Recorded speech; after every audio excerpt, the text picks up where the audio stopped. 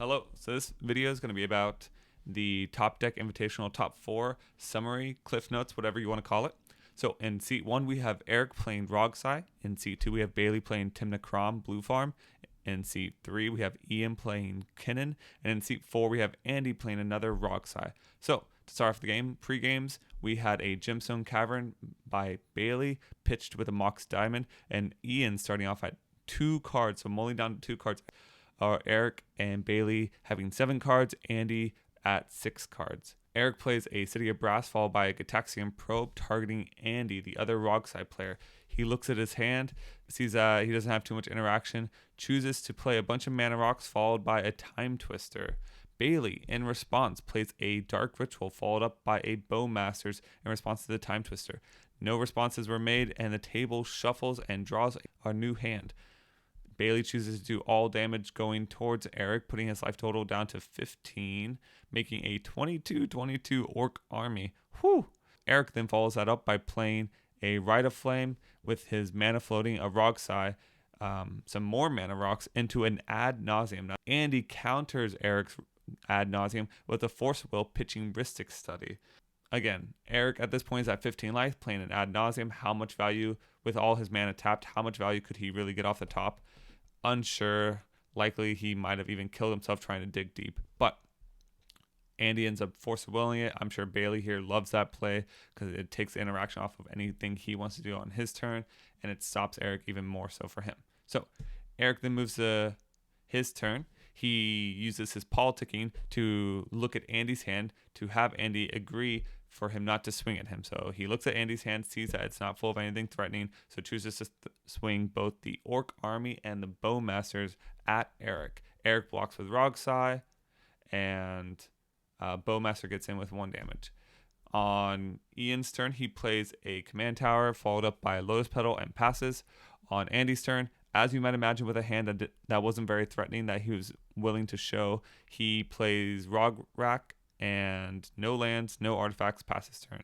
Goes back to Eric's turn. Eric plays, you can't really see it because of the glare, but Eric plays his Rog again while also playing some type of tutor. I was guessing it's a Rhystic tutor with the amount of time they spent talking about if someone should pay the 2. But regardless, no one pays it. Eric looks through his library for a card and goes to pass turn. When he goes to pass turn, Bailey plays a blue Elemental Blast, killing the Rog creature, making it so Eric has no blockers on his turn.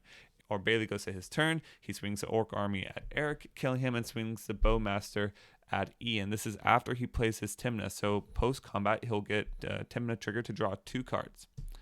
We then go back to Ian's turn. Ian plays a Kinnan and passes turn.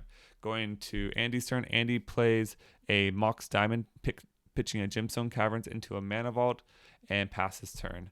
On his turn, Bailey plays a Slaughter Pact targeting Kinnan. Ian then responds by playing a Fierce Guardianship targeting the Slaughter Pact, followed by Bailey playing his own Fierce targeting Ian's Fierce. No other responses are had, and Bailey's Fierce counters Ian's Fierce, and Slaughter Pact resolves, killing the Kinnan. And then swings the Timna, Bowmasters, and Orc army at Ian, and then swings the Krom at Andy. Triggers Timna, draws 2 cards, and he passes turn after that. Ian follows that turn up with a Talisman of Curiosity and then passes. Andy plays nothing and passes turn. Bailey goes to his turn, and Ian plays a Sink into Stupor, bouncing the Orc army. Bailey follows that up by swinging the Orcish Bowmaster, Timna, at Andy, and the Krom at Ian, triggering Timna, drawing 2 cards, passing turn. Ian on his turn plays a Wandering Archaic and passes. In response to the Wandering Archaic, Andy plays a Vampiric Tutor. Andy follows that Vampiric Tutor up with the card he tutored for, the Jessica's Will. Ian chooses not to copy the Jessica's Will. Bailey, however, counters it with a Swan Song, paying for the Wandering Archaic. We go to Bailey's turn. Bailey swings Krom at Ian, taking him down to 2 life, drawing 1 off of Timna because now Andy has a bird, so he doesn't want to swing anything over there. Playing a Mystic Remora and then passing turn. Ian tries on his turn to play a Tezzeret. That ends up getting countered by a Force Negation from Bailey. Ian then passes the turn. On Andy's turn, he plays nothing and passes. At the end of turn, Bailey plays an Enlightened Tutor for a Wishclaw Talisman. He chooses not to play for the Mystic Grimoire at the beginning of his turn. He swings Crom at Ian immediately before playing the Wishclaw Talisman. He then plays the Wishclaw Talisman and passes it to Andy, floating a bunch of mana from a Dark Ritual and a Culling the Weak that he cast by sacrificing his Orcish Bowmaster. He then proceeds to play Ad Nauseam with Angel's Grace in response. The Angel's Grace resolves, and Andy plays Mindbreak Trap, targeting the Ad Nauseam. Bailey follows this up by playing a Flusterstorm, having all copies counter the Mindbreak Trap. Andy plays a Deflecting Swat, deflecting one of the copies back to Ad Nauseam, and Bailey plays a Mental Misstep, targeting the copy that Andy is attempting to deflect. At this point, Andy concedes and Bailey wins the game.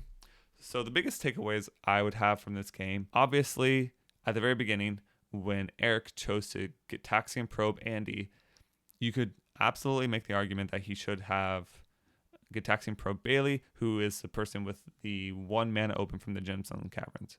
The second largest mistake you could say from this game was for the Force of Will that Andy played against Eric's Ad Nauseam. Eric was already at 15 life. He probably wasn't going to be able to dig too much deeper, and even if he did, he had no mana up at that moment with a lot of his rocks already out. So I think you could easily make the argument that Eric was not going to be able to get to a win attempt again on his turn, and that Bailey was most likely going to kill him. So you could keep that Force of Will to protect something like protecting your Jessica's Will. Other than that, rest of the game was pretty clean, I thought. The only other thing you could say could have been different is if Andy had played a Vampiric Tutor and after the Wandering Archaic resolved, allowing Ian to try to get some type of answer for Bailey's board. Crazy game, especially crazy start to the game. Hope you all enjoyed. Have a good one.